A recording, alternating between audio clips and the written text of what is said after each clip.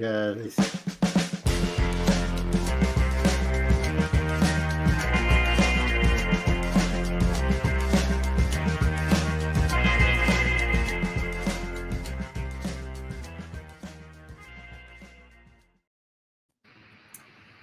And welcome to the Security Guy and CIA Spy Pod broadcast. I am Robert Siciliano, and this is Peter Warmka. Hi, Robert. How are you doing?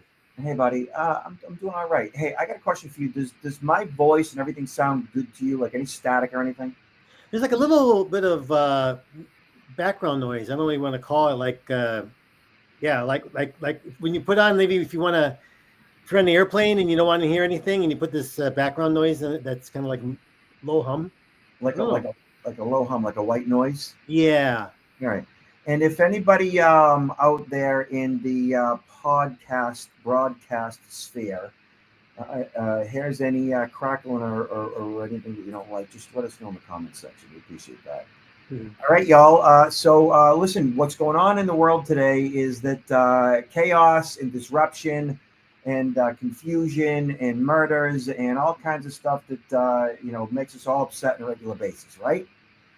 Absolutely. None of it is good. I mean, of course there is good. There is good, plenty of good, but there is like a lot of stuff that's like too much, right? And that too much is affecting us and our psyche and our well-being and our general overall, peace and balance, right? Not happy about any of it.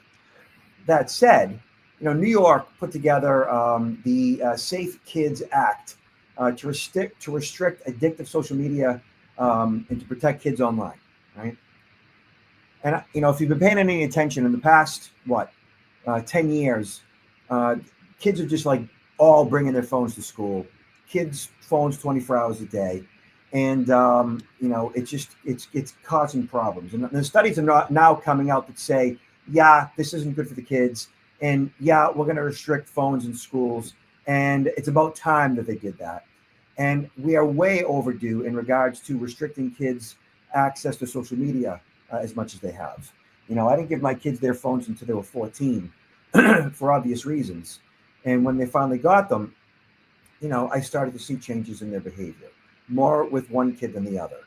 And, right here, the Safe Kids Act is designed to essentially let social media sites know that they've got to properly identify and authenticate children in order to allow them to be online. And I think what's going to happen is the reverse. I think us adults at some level might need to be identified and authenticated if the social media companies use some type of a biometrics technology that would essentially look at them and recognize that they are underage, let's say, some type of a marker that says that. And then from there, they would require identification for children if they said, okay, you look too young to us, is what I'm thinking. Peter, what are your thoughts on all this?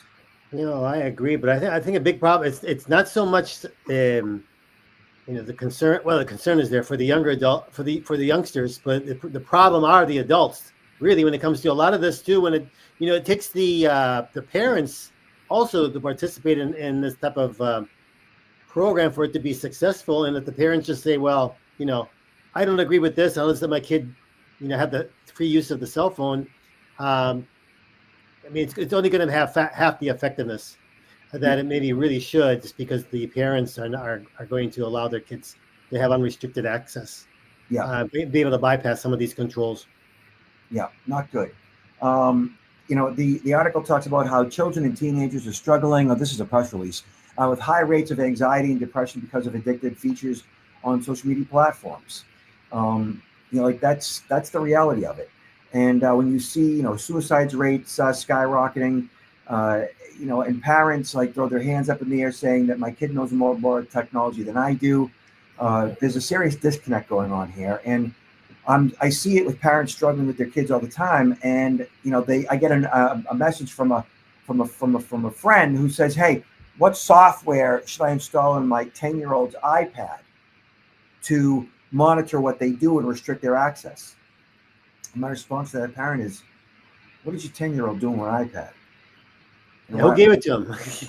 Why does your 10-year-old have an iPad? I mean, and I asked the guy, I go, did you have an iPad when you were a kid?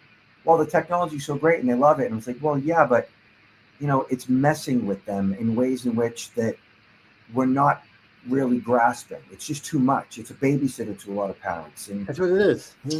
And a lot of and kids aren't doing what they could or should be doing, like outside. And like there are all kinds of good things too. Like there are certain things that language apps, and there's a number of other things, and a number of benefits to it, of course.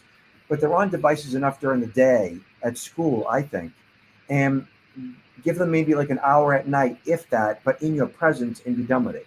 And then at 14, the game changes a little bit. But even at 14, they should have enough homework to do that they're just, in front of screens for the homework aspect of things. And they shouldn't be on all kinds of crazy socials, Snapchat, Facebook, Twitter, whatever it is, Instagram, TikTok, whatever, like for 5-6 hours a day. Like it's too much. This isn't a technology problem. It's a parenting problem. Mm-hmm. And with a lot of these technologies, I suppose the parents will be allowed to opt out of these type of controls, right? So it's it's going to, a lot of it going to come to be important in the whole process here is the awareness, bringing these parents aware, more detailed about what are the harmful effects and what their role as parents are in ensuring that this can properly be implemented. And then at the other side of the coin, though, you got platforms that are going to say, okay, we're going to be held responsible to ensure that these controls are put in place, but it's going to have to be backed up with penalties. And I think there's some mention of potential penalties up to $5,000 per civil offense in regard to this. I mean, which can run up to be substantial if that actually is enforced. Yeah, it says requires social media companies to restrict algorithmically personalized feeds or addictive feeds and nighttime notifications for users under the age of 18 unless parental consent is granted. Addictive feeds and nighttime notifications are tied to depression, anxiety, eating and sleeping disorders, and other mental health issues for children and teens. The proposed rules released today explain which companies must comply with the law and outlines standards to determine users' age and obtain parental consent. The public comment period is proposed rules for 60 days. I would love to see this actually work. I would love it. It'd be the best thing. Well, yeah, but it should be at the federal level, really. Yeah. Well, that states. I mean, so keeping things like data breach notification laws in mind when you say that, Peter, data breach notification laws came into fruition like as a result of Choice Point back in 2004 and 5 being breached, and California being one of the only states in the country to have data breach notification laws in place. That's and when true. Right. And That's so true. now Yes. all 50 attorneys generals across the country have data breach notification laws in place. Further, I think Graham Leach Bliley says something in that regard too, which is federal. I could be wrong on that, but it's happening across the country. Right. When the Choice Point breach happened, California was one of the only states in the union that Choice Point notified as a result of that breach, because that was the only state that they had to, now, like that's and they became the poster child for what not to do with the data breach. Okay. Now, since that time, things have changed significantly. There's a lot more, understanding of risk state to state and on the federal level. And California, New York, and Massachusetts, from my experience, are the three states that are generally ahead on most laws revolving around security, technology, digital literacy, social risk in general. Mm-hmm. I see this as a good thing that New York is running with it. No, I agree, and if successful, I mean, you'll see other states falling in line. Mm-hmm. If successful, yeah, and let's hope for that, and parents, let's hope for that. All right. So all that being said, right, This is also,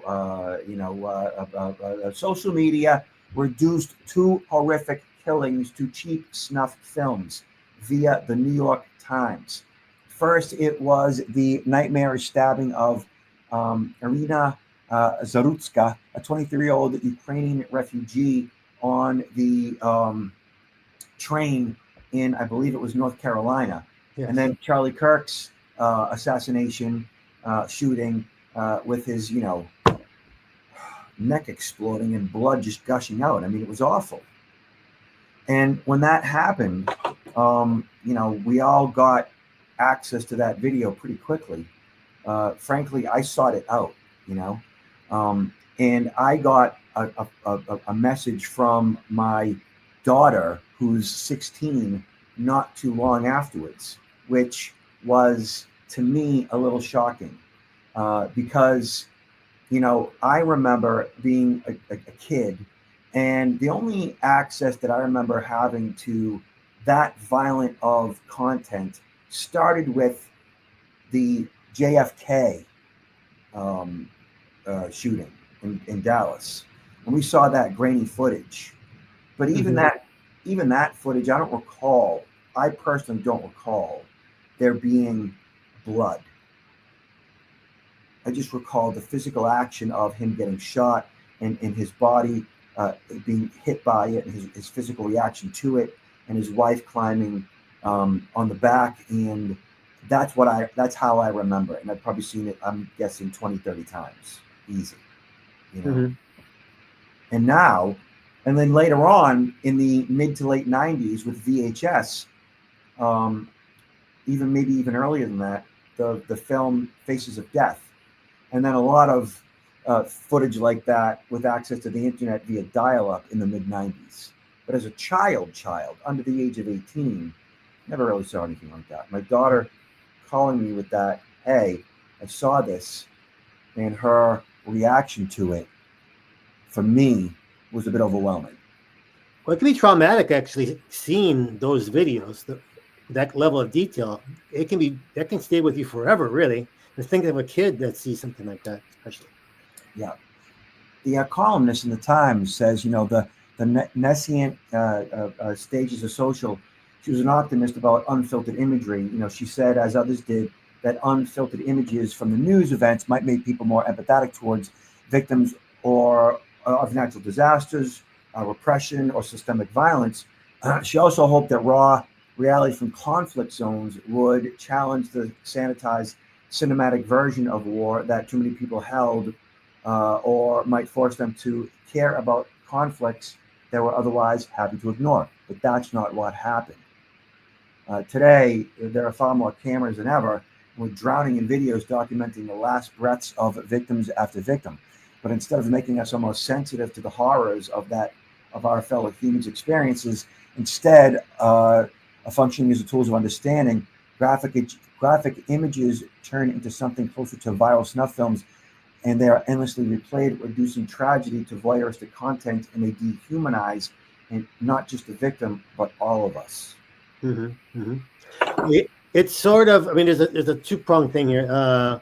First of all, why do major news networks, they will edit out portions of the video that they think are too graphic, or they will provide you an advisory in advance saying, no, we're going to be showing this. You may want to, not want, you have the option knowing that something really graphic might be shown, and they're warning you, and so they're trying to protect you from seeing something that might, you might not want to see. You know that in advance. Also, though, hey, Robert, I'm thinking about, you don't hear too much about this right now, but I would think the first things that pops in my head, that so many of these incidents, we want to say, the majority of them are by younger males for the most part, and it's sort of a generation that's grown up with gaming. A lot of this gaming is actually very, it's showing combat, and it can be very graphic, and it just brings to my mind a question: is growing up and playing these particular games every single day in some ways desensitizing individuals when it comes to being able just to just take a gun and it's just start shooting around. It's like, lowering the value or lowering the sensitivity. And, hey, this, in the real world, these are real people. This is not a game. I don't know. So I, hear me out, right? So JFK mentioned that over the past couple of weeks. Is it JFK? Yeah. RFK. RFK. Yeah, RFK mentioned that in the last couple of weeks. And that, I guess, observation has been around for right post Columbine, and when, as a result of teenagers post Columbine shooting up a school, murdering their fellow classmates, and then has been part of the dialogue after school shootings for quite some time. And I would say, yes, there is a correlation there. I don't know that there's a correlation there that it is like in any way, shape, or form epidemic proportions, because the amount of kids or adults, for that matter, that are consuming video games and the amount of shootings that are happening, I don't know that like statistically, like if there's, let's just say there's 20 million people playing video games on a regular basis and there's 1-2 school shootings per year, I think that that's statistically, like that's a lot of people watching video games and not a lot of shootings. Not that any of them are okay. My point is that without a doubt, there's people out there that are affected by it and desensitized to it and act on it. We as human beings, as you know, become what we think about. We become what we think about. So if you're being bombarded by advertising and imagery that, is designed to make you buy something, you are likely to make that purchase as a result of that, right? If you are consuming and doom scrolling all types of information on a regular basis that's making you upset, or that's making you, think left wing, or that's making you think right wing, you are apt to be upset or think more left wing and think more right wing, and so on. And without a doubt, consuming violent imagery on a regular basis is going to have an effect on you. Is it going to make you act out? I would bet yes. Certain people that maybe their minds are, I guess, more influenced and or unhealthy. Yeah, of course. Mm-hmm. Well, you're saying it's not on a massive scale, that if it was a causational, maybe it's just like an added potential influencer, but it's not necessarily the cause. Because otherwise there'd be a lot more people that would be perhaps doing such thing if these were a major contributor to their. I would think causational is the key word there. Is it causational? Yeah. I don't know that it is at because of how many people play games, but there's definitely those out there that look at copycat crimes are, that there's some causation going on there. Copycat crimes. We become what we think about. Somebody does it, it makes it okay for me to do it too, because I've been thinking about it to begin with. Therefore, now it just happened. Oh, right. Perfect. Ruth, let's do it.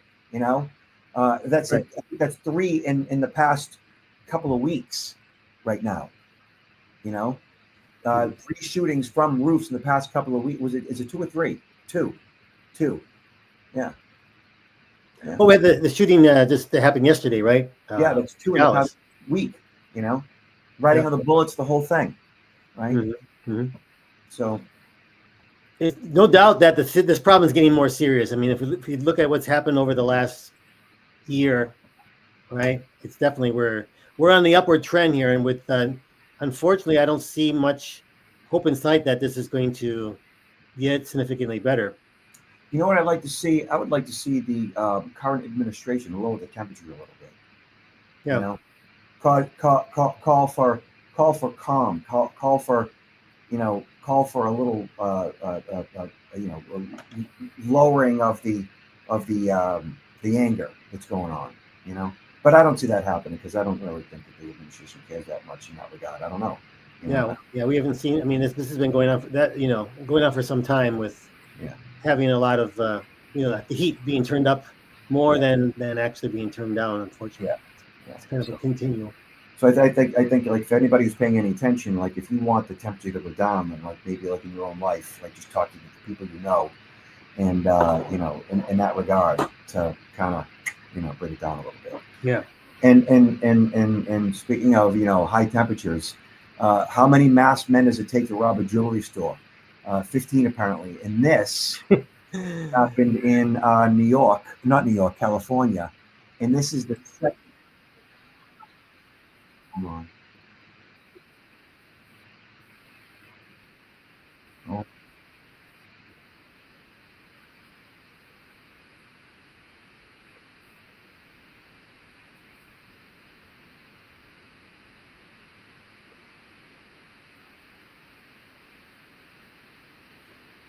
I'm not hearing any audio. Okay. Yeah. But it's clear though. It's clear what's happening.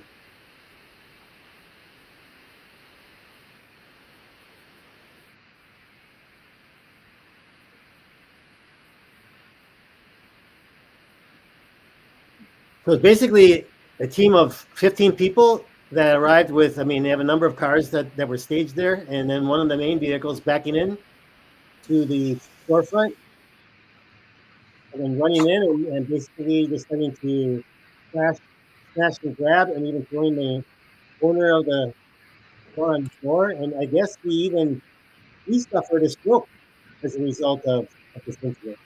Yeah. So for those of you who are just listening, we had no audio. For those of you who are viewing, obviously you had some video. And thank you for that, Peter. This is the second time it's happened in California in the past couple of weeks, and obviously, these kids know what they're doing, and they're successful at it.